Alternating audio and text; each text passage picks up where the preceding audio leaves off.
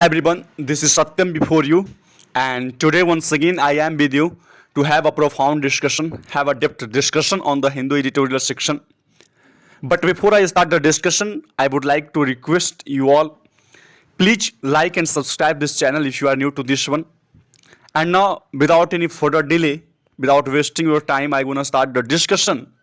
And as usual, for the discussion, first of all, we will move toward the title of this video editorial, and the title is Home and Abroad on India's role as a bridge between polarized nations. Home and abroad, बात चाहे national हो या फिर international हो, यानी India को अपने घर की बात हो या फिर चाहे विदेश नीति की बात हो या फिर अपनी इंडिया में जो नीति अपनाया जा रहा है, दोनों के बारे में आज बात किया जाएगा।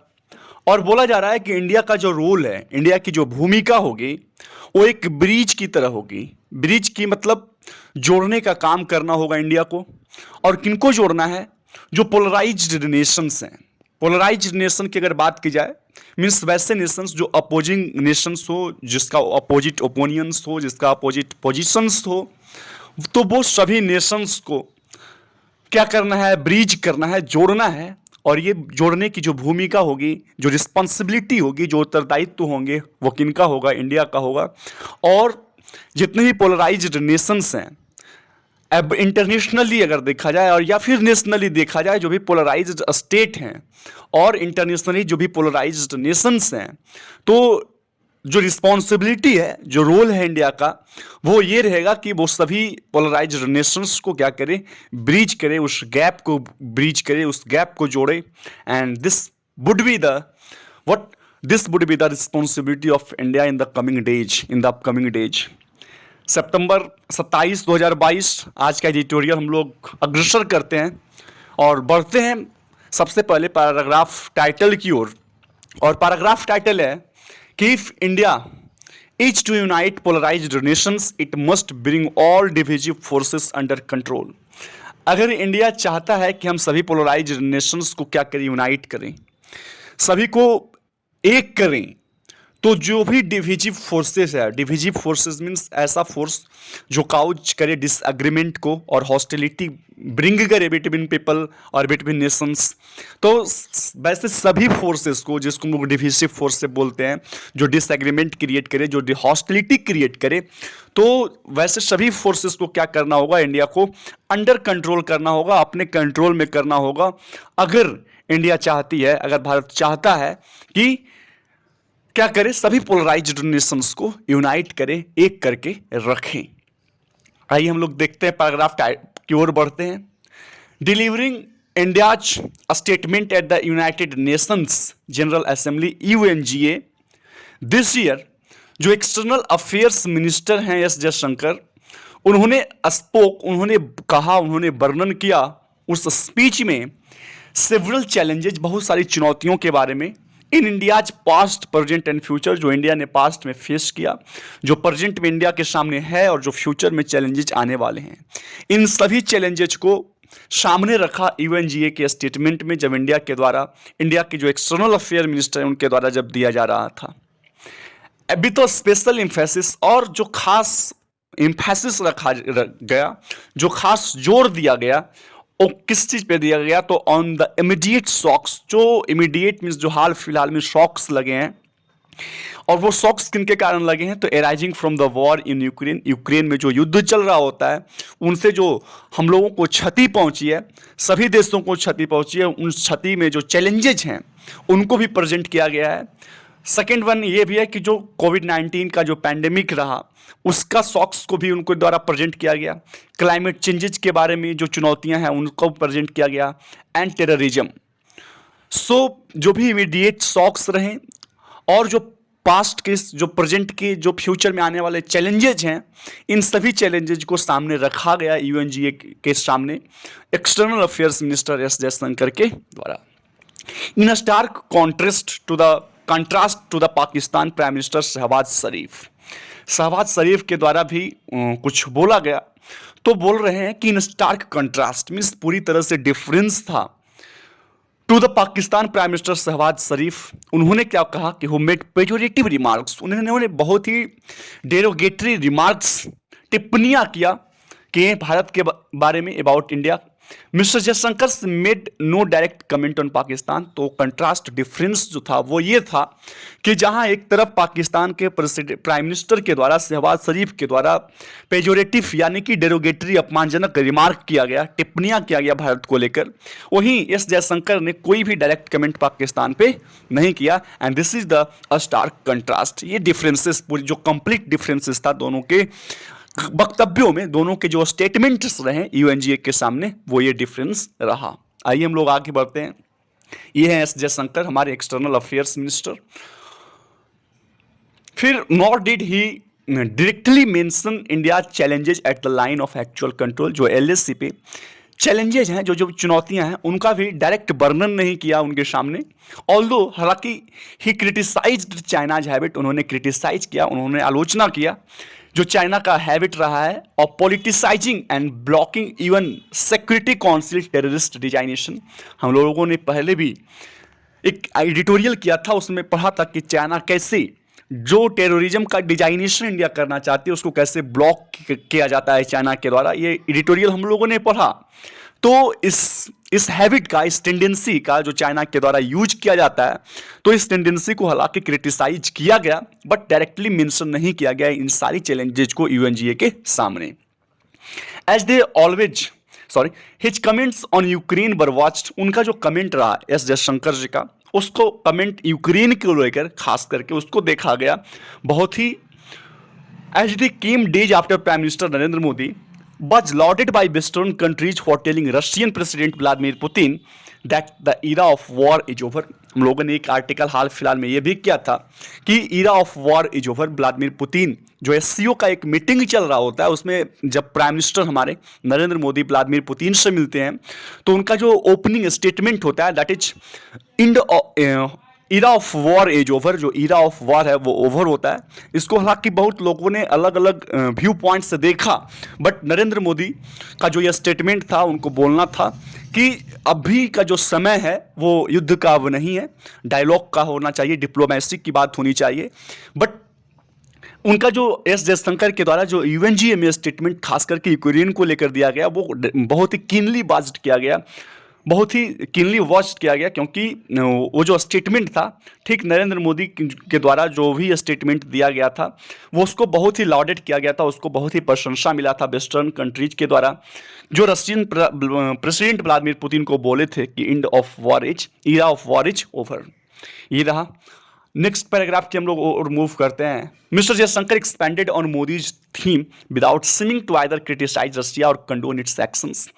मिस्टर जयशंकर ने सिर्फ एक्सपैंड किया मोदी जी का जो थीम था, जो बोलने का मकसद था, उसी मकसद को एक्सपैंड किया without seeming to either criticise. ऐसा देखा गया कि उन्होंने किसी को क्रिटिसाइज नहीं किया, ना तो रशिया को, और ना कंडोन इट्स एक्शंस, और ना ही क्रिटिसाइज किया तो ना ही उनके एक्शंस को क्या किया, सपोर्ट किया, कंडोन किया, कुछ भी नहीं किया गया।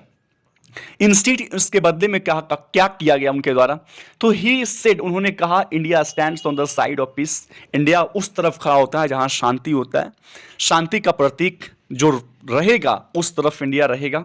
Of respect for the UN charter, जो यूएन का चार्टर है उसका रिस्पेक्ट को लेके इंडिया सजग है। डायलॉग एंड डिप्लोमेसी, जो डायलॉग पे बात करें, जो डिप्लोमेसी की बात करें, उस तरफ इंडिया का झुकाव रहेगा, इंक्लिनेशन रहेगा। And with all those now, और ये सभी चीज़ें जो हैं अभी क्या है, ग्रैपलिंग विथ, ये सभी चीज़ें जो है वो क्या है, इंगेज्ड है, कॉम्प्लिकेशंस में इंगेज है, ग्रैपल्ड है, मीन्स चारों तरफ से घिरा हुआ है। एस्केलेटिंग कॉस्ट ऑफ फूड, और खास करके जो फूड, फ्यूल और फर्टिलाइजर का जो कॉस्ट है, उसमें बढ़ोतरी हुआ है, इसके कारण जो कॉम्प्लिकेशंस हैं, जो प्रॉब्लम्स हैं, ये सारी प्रॉब्लम्स से अभी सभी जो देश हैं इससे ग्रैपल्ड विथ हैं, इससे क्या है, इसी में लीन है।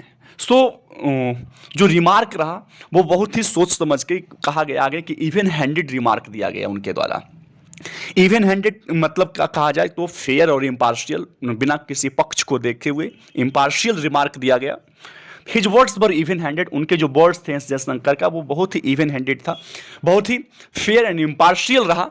And requires global stakeholders, और इनके लिए एक ग्लोबल स्टेक होल्डर्स की जरूरत है जो कंसीडर करें both the risk from the conflict, जो कॉन्फ्लिक्ट में रिस्क हैं उसको क्या करें, कंसीडर करें इन यूक्रेन में, एंड फ्रॉम यूएस, यू और यूनाइटेड स्टेट्स और यूरोपियन यूनियन के द्वारा जो सैंक्शंस लगाए जा रहे हैं that could exacerbate global economic fragmentation, जो क्या कर सकता है, एक्जर्बेट कर सकता है, जो और एग्रावेट कर सकता है, जो और स्थिति को बद से बदतर बना सकता है, जो ग्लोबल इकोनॉमिक फ्रैगमेंटेशन हो सकता है, एंड इन्फ्लेशनरी ट्रेंड्स, जो महंगाई का जो ट्रेंड्स चल रहा होता है उसको और बदतर बनाया जा सकता है इस सैंक्शंस के द्वारा। So there is a need of stakeholders जो कंसीडर करें रिस्क को इन कॉन्फ्लिक्ट्स में।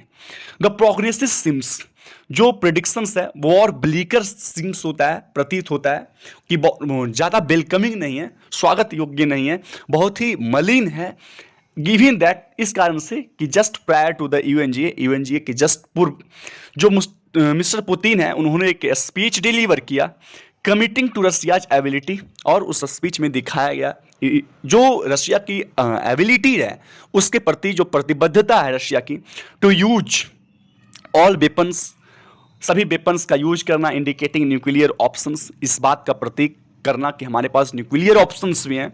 वाइल द यूक्रेनियन प्रेसिडेंट, जबकि यूक्रेन का प्रेसिडेंट है, उन्होंने कहा कि no dialogue would bring an end to the war, dialogue से जो है ये जो वॉर चल रहा है उसका समाप्ति नहीं होने वाला है। Calling instead for more weaponry and global effort to punish Russia, चाहिए क्या कि रशिया को पनिश करने के लिए उनके जो एक्शंस रहे हैं तो उन एक्शंस को पनिश करने के लिए ग्लोबल एफर्ट का ज़रूरत है। ये जो डायलॉग है, ये जो डिप्लोमेसी है, ऐसा कहा गया कि ये डायलॉग और डिप्लोमेसी जो वॉर चल रहा है इसको ओवर नहीं कर सकता, इसको समाप्त नहीं कर सकता है, और ये यूक्रेनियन प्रेसिडेंट के द्वारा बोला गया। आइए हम लोग नेक्स्ट पैराग्राफ की ओर मूव करते हैं। Above all mister Jaishankar held what he called the new India under mister Modi.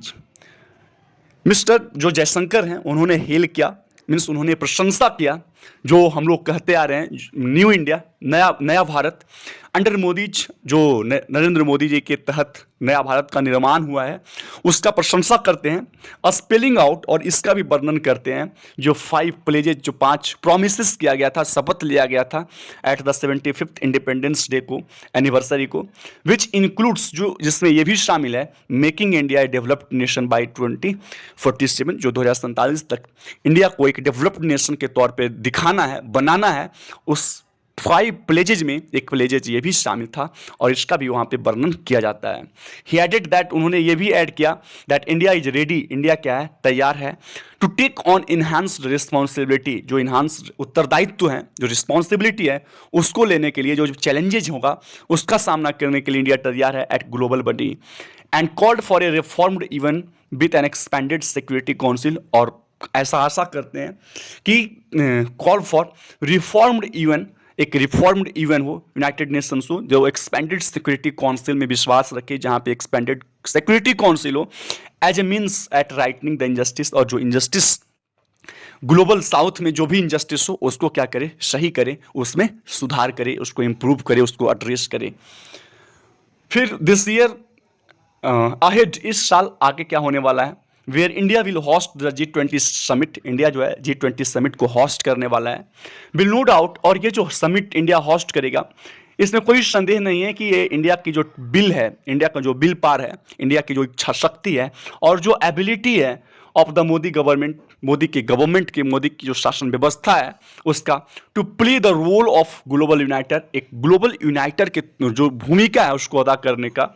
And what mister Jaishankar called, और जो मिस्टर जयशंकर ने अपने स्टेटमेंट में यूएनजीए में कहा कि एक ब्रिज की तरह काम करना होगा इंडिया को बिटवीन नेशंस, वैसे नेशंस के बीच में जो पोलराइज्ड है बाई बीटर डिवाइड्स, जो भी बीटर डिवाइड्स हैं, जो भी रिसेंट हैं, जो भी कॉन्फ्लिक्ट को लेकर डिवाइड्स हैं, तो उस सभी देशों को ग्लोबल यूनाइटर की तरह काम करना होगा इंडिया को, ताकि क्या कर सके, एक ब्रिज की तरह काम कर सके और जोड़ सके।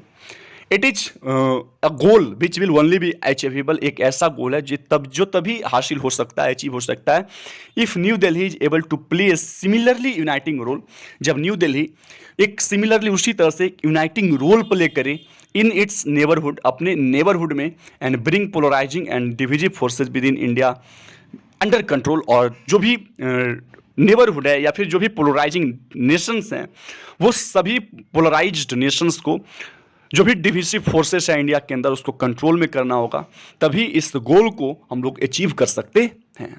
This is the end of the article, I think so, yes.